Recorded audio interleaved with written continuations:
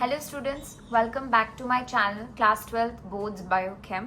और आपने मेरी लास्ट वीडियो अगर नहीं देखी है तो अभी जाइए एंड देखिए। लास्ट वीडियो बहुत ही अच्छी है। It is on artificial hybridisation.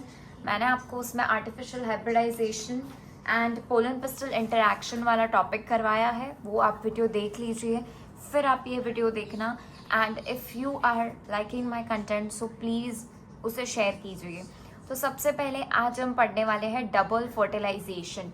And आपको मैं सच बता रहा हूँ, टेक्स्ट बुक में आपको कुछ समझ में नहीं आएगा, बट ये मैंने इतना इजीली लिखा हुआ है कि आपको जो एनसीईआरटी समझाना चाहती है सेम आप लोगों को बहुत ही अच्छे से समझ में आ जाएगा।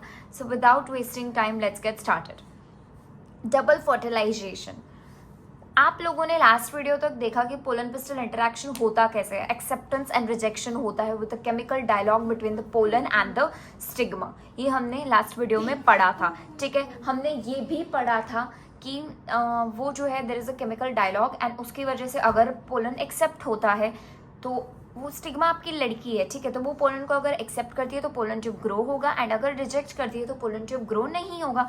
अब मान लो उसने एक्सेप्ट कर लिया तो pollen sticks on stigma, stigma के ऊपर चिपक गया, ठीक है। अब क्या होगा, एक्सेप्ट कर लिया तो पोलन ट्यूब डेवलप होगी। एट दिस टाइम बेटा 2 मेल गेमीट्स आर रिलीज्ड।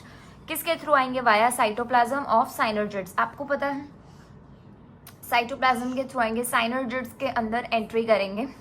क्योंकि आपने अगर ऐसा एक सेल पढ़ा हो तो आपको पता है यहाँ पे 3 एंटीपोडल्स थे, यहाँ पे सेंट्रल सेल था, राइट।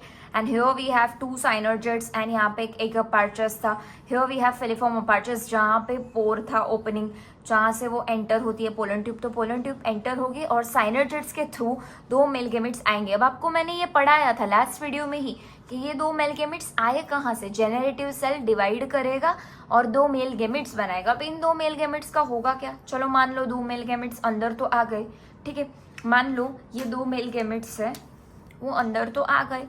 अब क्या होगा, तो अब मैंने लिखा है कि 2 मेल गेमिट्स जो है उसमें से एक फ्यूज करेगा विद द एक सेल, ये हम पे जो एगोपार्चस था उसके साथ। एंड जब वो एक सेल के साथ फ्यूज करेगा तो उसे हम सिनगेमी बोलते हैं, उस प्रोसेस को हम सिनगेमी बोलते हैं। और जब वो बीच वाले यानी कि यहाँ पे फ्यूज करेगा पोलर न्यूक्लियाई पे तो उसे हम ट्रिपल फ्यूजन बोलते हैं। क्यों ट्रिपल फ्यूजन? क्योंकि 2 न्यूक्लियाई तो ऑलरेडी थे, एक और मेल गेमिट का भी न्यूक्लियाई आके फ्यूज हो गया तो ट्रिपल फ्यूजन हुई, 3 फ्यूज हुए, ठीक है। अगर वो 2 मेल गेमेट्स वो एक सेल के साथ फ्यूज करता है तो सिनगेमी बोलते हैं, और अगर पोलर न्यूक्लियाई के साथ फ्यूज करता है तो ट्रिपल फ्यूजन। ये एमसीक्यू है, याद कर लेना। और सिनगेमी के प्रोसेस के बाद क्या बनता है? जाइगोट बनता है। और ट्रिपल फ्यूजन की प्रोसेस के बाद प्राइमरी एंडोस्पर्म सेल, जिसे पीईसी भी बोलते हैं।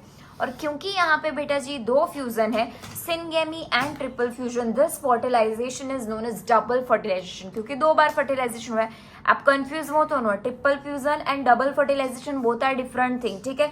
अगर मेल गैमेट एक सेल के साथ फ्यूज करा तो दिस इज नोन एज क्या बेटा? सिनगेमी। बट अगर सेंट्रल सेल के साथ करा तो that is your triple fusion. Triple fusion क्या बनाएगा? Primary endosperm cell. सिनगेमी क्या बनाएगा? Zygote. Syngamy and triple fusion together 2 fertilization है खुद में ही, इसीलिए डबल फर्टिलाइजेशन। आगे जाके जाइगोट यहाँ पे बना था, जाइगोट आगे जाके कन्वर्ट होगा एम्ब्रियो में, and primary endosperm nucleus will further convert into endosperm. I hope आपको ये क्लियर हो गया होगा, मैंने बहुत अच्छे से समझा दिया। अब यहाँ पे आपका डबल फर्टिलाइजेशन टॉपिक खत्म होता है। अब हम आगे करेंगे post fertilization structures and events. हमने पहले क्या पढ़ा? Pre fertilization structures and events, फिर हमने फर्टिलाइजेशन पढ़ा, फिर हमने डबल फर्टिलाइजेशन पढ़ा, और अब हम पढ़ने वाले हैं क्या? Post fertilization structures and